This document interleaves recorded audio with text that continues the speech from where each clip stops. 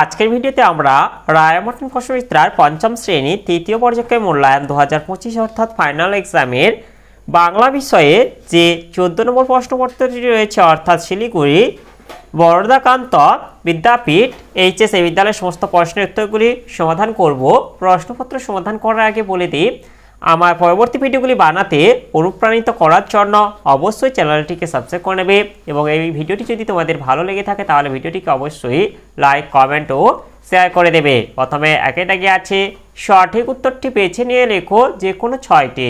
একের এক আছে একটার নাম চাঁদিয়াল আর একটা তবে পেট কাটা।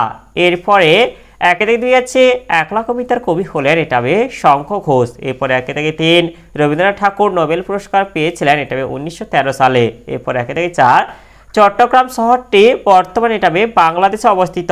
এরপরে একে থেকে 5 আমি ফুটবল খেলি, আমি কোন পুরুষ এটা উত্তম পুরুষ। এরপরে একে থেকে 6 আমি যখন একলা থাকি রেখাঙ্কিত পদটি অর্থাৎ হচ্ছে একলা তবে বিশেষণ। এরপরে একের আগে 7 আবাহন শব্দটির বিপরীতার্থক শব্দটি হলো এটা বিসর্জন। এরপরে একে থেকে 8 তুমি কি আমার কথা শুনতে এটা চাও। এরপরে একে থেকে 9 ঈষৎ এর উপযুক্ত বিপরীত শব্দ হলো এটা অধিক। এরপরে 2 থেকে আছে নিচের প্রশ্নগুলি যথাযথ উত্তর দাও যে কোনো 13টে। 2 থেকে 1 যেটা আছে আমাদের দেশের নাম কি, আমাদের দেশের নাম হলো ভারতবর্ষ।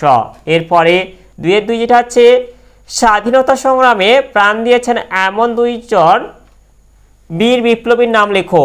এমন 2 জন বীর বিপ্লবীর নাম হলো ভগৎ সিং, ক্ষুদিরাম বসু, এছাড়া তোমরা অন্যান্য ব্যক্তিদের নাম বলতে পারো। এরপরে 2 থেকে 3 যেটা আছে কোন মাসে তাল পাকে এটা ভাদ্র মাসে তাল পাকে। এরপরে 2 থেকে 4 যেটা আছে তাল নবমী গল্পটি কার লেখা, তাল নবমী গল্পটি বিভূতিভূষণ বন্দ্যোপাধ্যায় লেখা। এরপরে 2 থেকে 5 যেটা আছে উমাতারা হাই স্কুলে অঙ্কের শিক্ষকের নাম কি ছিল, উমাতারা হাই স্কুলে অঙ্কের শিক্ষকের নাম ছিল সূর্যকুমার সেন অর্থাৎ মাস্টার দা সূর্য সেন। এরপরে আছে 2 এর দাগে 6 কে জটি পিসিমাকে তাল জোগাড় করে এনে দিয়েছিল, তবে গোপাল জটি পিসিমাকে তাল জোগাড় করে এনে দিয়েছিল।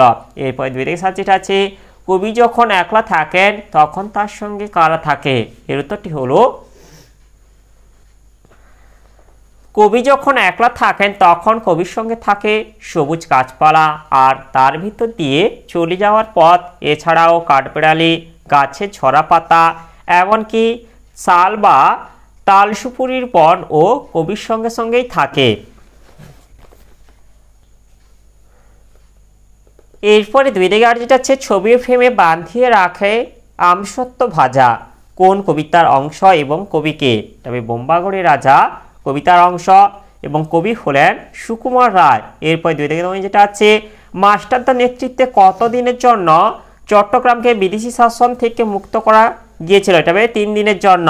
এরপরে 2 এর 10 যেটা আছে জটি পিসিমার ভালো নামটি কি, জটি পিসিমার ভালো নামটি হলো হরিমতি। এরপরে 2 থেকে 11 যেটা আছে বিপদ এলে কিভাবে রক্ষা পেতে হয় বলে ঘড়ি দুটি মনে করেছিল। এর উত্তরটি হলো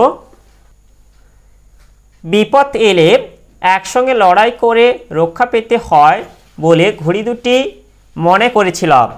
এরপরে যেটা আছে 2 এর 12 অষ্টপহর শব্দের অর্থ কি, অষ্টপহর শব্দের অর্থ হলো সারা দিন রাত।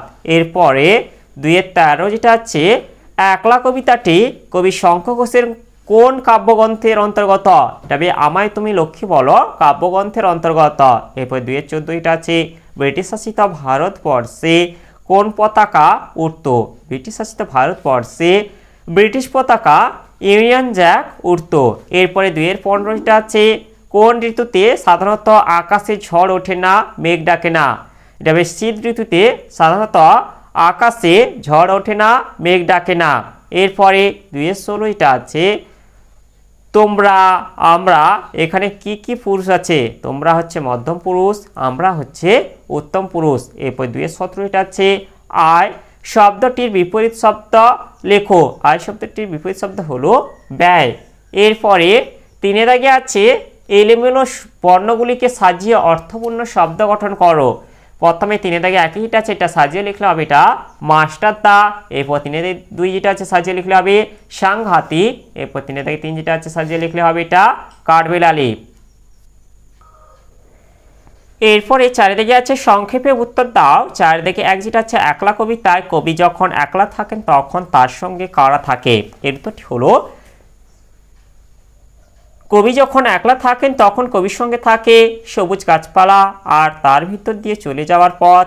এছাড়াও কাঠবেড়ালি, গাছে ঝরা পাতা, এমনকি শাল বা তালসুপুরির বন কবির সঙ্গেই থাকে। এরপর এটা আছে 4 দাগে 2 ইংরেজ আমলে ভারতীয়দের প্রতি ইংরেজরা কেমন আচরণ করত? এর উত্তরটি হলো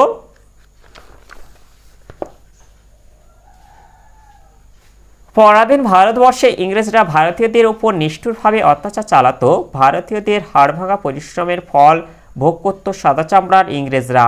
কোনো রকম প্রতিবাদ করলেই কপালে জুটত অত্যাচার। কোনো কোনো প্রতিষ্ঠানে ভারতীয়দের ঢোকার অনুমতিই ছিল না। এমনকি তারা রেস্তোরাঁয় ঢোকার ক্ষেত্রে কালো চামড়া লোক ও কুকুরকে সমান চোখে দেখত। এরপরে যেটা আছে 4 দাগে 3 কষ্টের বিনিময়ে পাওয়া যে সুখ তাই প্রকৃত সুখ মিষ্টি কবিতায় এই কথাটি কিভাবে প্রকাশ পেয়েছে? এর উত্তরটি হলো সহজে পাওয়া কোনো কিছুই আমাদের প্রকৃত সুখ বা আনন্দ দিতে পারে না। কষ্টের বিনিময়ে যে সুখ পাওয়া যায় তাই প্রকৃত সুখ। তাই কবি প্রেমেন্দ্র মিত্র বলেছেন, যে আকাশে ঝড় ওঠে না, মেঘ ডাকে না, সে আকাশ আমাদের ভালো লাগে না। যে পথে কেউ পিছলে পড়ে না, হোঁচট খায় না, সেই পথে সুখ নেই। মসৃণ পথে চলতে সাময়িক সুখ পাওয়া গেলেও পথ চলার প্রকৃত আনন্দ বা সুখ নেই।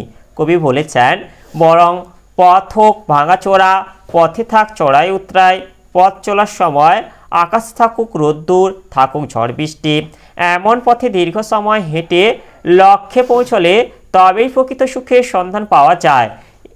একইভাবেই আখ কষ্ট করে চিবিয়ে খেতে হয় বলেই আমাদের মিষ্টি লাগে। কবি এইভাবেই মিষ্টি কবিতায় প্রকৃত সুখের সন্ধান দিয়েছেন। এরপরে 4 যেটা আছে তালনবমীর ব্রতের দিন গোপালের চোখে জল এসেছিল কেন? এর উত্তরটি হলো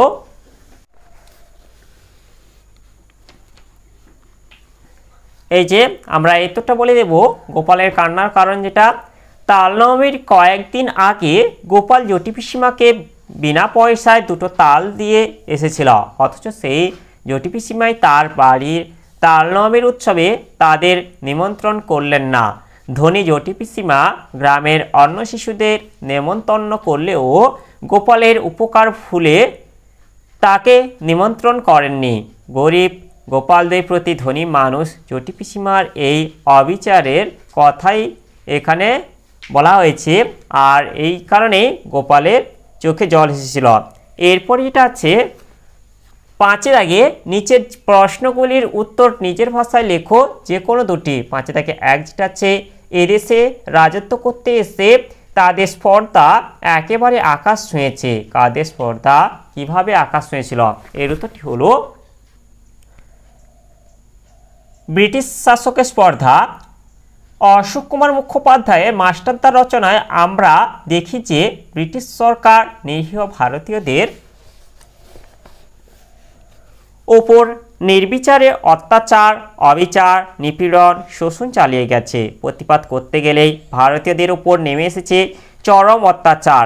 ইংরেজদের কোনো কোনো প্রতিষ্ঠানে ভারতীয়দের প্রবেশের অধিকারও ছিল না। কোনো কোনো ব্রিটিশ রেস্টুরেন্টে বিজ্ঞপ্তি ঝোলানো থাকতো, কালো চামড়ার লোক এবং কুকুরের প্রবেশ নিষেধ।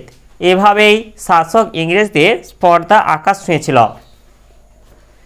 এরপরে 5 থেকে 2 যেটা আছে, তালনবমী গল্পে রাত্রিবেলায় গোপালের চোখে ঘুম না আসার কারণ কি ছিল? এর উত্তরটি হলো গোপালের ঘুম না আসার কারণ, তালনবমী গল্পে রাত্রিবেলায় উত্তেজনায় গোপালের চোখে ঘুম আসছিল না। পরের দিন তালনবমী ব্রত। জটি পিসিমাদের বাড়িতে সেই উপলক্ষে গ্রামের সবার নেমন্তন্ন, সেখানে তারাও নিমন্ত্রিত থাকবে বলে গোপাল নিশ্চিত ছিল। অনেকদিন পরে তারা পেট ভরে খেতে পারবে ভেবেছিল। শুধু তাই নয়, সেখানে অনেক ভালো ভালো খাবার সুযোগও হবে ভেবেছিল গোপাল। এইসব কারণে গোপালের চোখে ঘুম আসছিল না। রাত শেষ হয়ে কখন সকাল হবে সেই অপেক্ষাই করছিল সে। এরপরে 5-3 যেটা আছে, একলা কবিতার মূল বিষয়বস্তু নিজের ভাষায় লেখো। এর উত্তরটি হলো, এই যে সারসংক্ষেপটা এটা বলে দেব। শঙ্খ ঘোষের একলা কবিতায় আমরা দেখি যে একটি শিশু দিনের বেশ কিছুটা সময় একলা থাকে। তার এই একলা কাটানোর সময়ে একটা বিবরণ পাই এই কবিতায়। শিশুটি যখন একলা থাকে তখন তার সঙ্গে থাকে কল্পনার জগৎ ও সবুজ প্রকৃতি। সবুজ গাছপালার মধ্য দিয়ে পথ খুঁজে নেয় শিশুটি। বনের কাঠবিড়ালিটির সঙ্গে তার খেলা চলে। কাঠবিড়ালিটি কেবলই শিশুটির দিকে তাকিয়ে থাকে, যেন তাকে এদিক ওদিক নিয়ে যেতে চায়। এই দুষ্টুমিতে সাড়া দিয়ে কাঠবিড়ালিটিকে ধরতে গেলে সে ছুট লাগায়। কাঠবিড়ালিটির পিছনে ছুটতে ছুটতে শিশুটি মাটি পাথর ডিঙিয়ে অনেক দূরে চলে যায়। এসবের মধ্যেই তার মাথার ওপর প্রকৃতির আশীর্বাদ পাতা হয়ে ঝরে পড়ে। সবুজ গাছপালা, অজানা পথ, শাল তাল সুপুরির বনের ছায়ায় তার ঘর বার সব এক হয়ে যায়। প্রকৃতির শব্দ শিশুটির মন ভরিয়ে রাখে। একলা থাকার কষ্ট আর থাকে না তার। এরপরে 5-4 যেটা আছে, বোম্বাগড়ের রাজা কবিতায় বর্ণিত সেখানকার মানুষ ও নিয়মকানুন তোমার নিজের ভাষায় লেখো। এর উত্তরটি হলো, বোম্বাগড়ের রাজা সেখানকার মানুষ এবং নিয়মকানুন সবই যেমন অদ্ভুত তেমনই মজার। সেখানকার রাজা আমসত্ত্ব ভাজা ছবির ফ্রেমে বাঁধিয়ে রাখেন। এই রাজ্যের রানীর দিনরাত মাথায় বালিশ বেঁধে রাখেন। রানীর দাদা পাউরুটিতে পেরেক ঠোকে, সর্দি হলে ডিগবাজি খায়। তারা জ্যোৎস্না রাতে পায়ে পড়ার আলতা চোখে মাখে। এছাড়াও পণ্ডিতেরা তাকে ডাক টিকিট মারে। রাজার বিছানায় সিরিজ কাগজ পাতা থাকে। রাজা তার রাজসভায় অদ্ভুত রকমভাবে হুক্কা হুয়া বলে চিৎকার করেন। আবার রাজার কোলে বসে মন্ত্রী কলসি বাজায়। রাজার সিংহাসনে ভাঙা বোতল শিশি ঝুলতে থাকে। রাজার পিসি কুমড়ো নিয়ে ক্রিকেট খেলে। হুঁকোর মালা পরে রাজার কাকা নাচে। এসব পড়ে আমার খুব হাসি পেয়েছে এবং কবিতাটির বিষয় ও বর্ণনাকে একেবারে আজব বা আবোল তাবোল বলে মনে হয়েছে। এরপরে 6 থেকে যেটা আছে, শারীরিক অসুস্থতার কারণ জানিয়ে প্রধান শিক্ষকের কাছে ছুটির আবেদনপত্র লেখো। এর উত্তরটি এই যে তোমরা দেখে নাও। এই যে মাননীয় প্রধান শিক্ষক সমীশ পেশু। এরপর তোমাদের হচ্ছে স্কুলের নাম লিখবে। এরপর লিখবে, মহাশয় আমি আপনার বিদ্যালয়ে 5ম শ্রেণী, তোমার বিভাগটা লিখে দেবে। এরপর এটা আছে, তুমি ছাত্র বা ছাত্রী হলে সেটা লিখবে, তোমার ক্রমিক সংখ্যাটা লিখবে। এবার তুমি কতদিন ধরে অসুস্থতা ছিলে বা জ্বর হয়েছিল সেটা তোমরা লিখবে, তারিখটা দিয়ে। এই যে জ্বর হওয়ার জন্য আমি বিদ্যালয়ে উপস্থিত থাকতে পারিনি। এরপর এটা আছে, আমার এই অনিচ্ছাকৃত অনুপস্থিতির কথা বিবেচনা করে আপনি যদি এই কয়েকদিনের ছুটি মঞ্জুর করেন তাহলে আমি বাধিত হব। এরপর লিখবে এভাবে যে আপনার একান্ত অনুগত ছাত্র, দিয়ে তোমার নিজের নামটা পুরো লিখে দেবে। তোমার শ্রেণী, অর্থাৎ তোমরা 5ম শ্রেণীতে পড়ো, 5ম শ্রেণী লিখবে, বিভাগটা লিখবে এবং ক্রমিক সংখ্যা লিখবে। এরপর তোমাদের এখানটা তোমাদের স্কুলের যে ঠিকানাটা, এই যে যেখানে এমন আছে নবপল্লী বেহালা, এই হয় তোমরা লিখে দেবে এবং তারিখটা লিখে দেবে। এরপরে যেটা আছে, সাথে দাগে অনুচ্ছেদ রচনা করো, একটি গাছ একটি প্রাণ। সাথে দাগে 2টা আছে, বাংলার উৎসব। এই যে তোমরা দেখে নাও বাংলার উৎসব, এটা তোমরা ভালোভাবে দেখে নাও এবং এটি তোমার যদি না থাকে এটা হচ্ছে তোমরা খাতায় লিখে নাও। আমি এটা পড়ে দিচ্ছি না, কারণ হচ্ছে পড়ে দিলে ভিডিওটি অনেক বড় হয়ে যাবে। তোমরা এটা ভালোভাবে দেখে নাও। আর একটি কাজ একটি প্রাণ যেটি, এটি আমি তোমাদের হচ্ছে কমিউনিটিতে পোস্ট করে দেবো। তাহলে আজকের ভিডিওতে আমরা 5ম শ্রেণী বাংলা বিষয়ে যে 14 দাগের প্রশ্নপত্রটি ছিল তা আজ সমাধান করলাম। আর ভিডিওটি শেষ করার আগে বলে দিই, তোমরা যারা এখনও পর্যন্ত আমার চ্যানেলটিকে সাবস্ক্রাইব করনি অবশ্যই চ্যানেলটিকে সাবস্ক্রাইব করে নেবে এবং বেল আইকনটি অল করে দেবে পরবর্তী ভিডিওগুলির নোটিফিকেশান তাড়াতাড়ি পাওয়ার জন্য।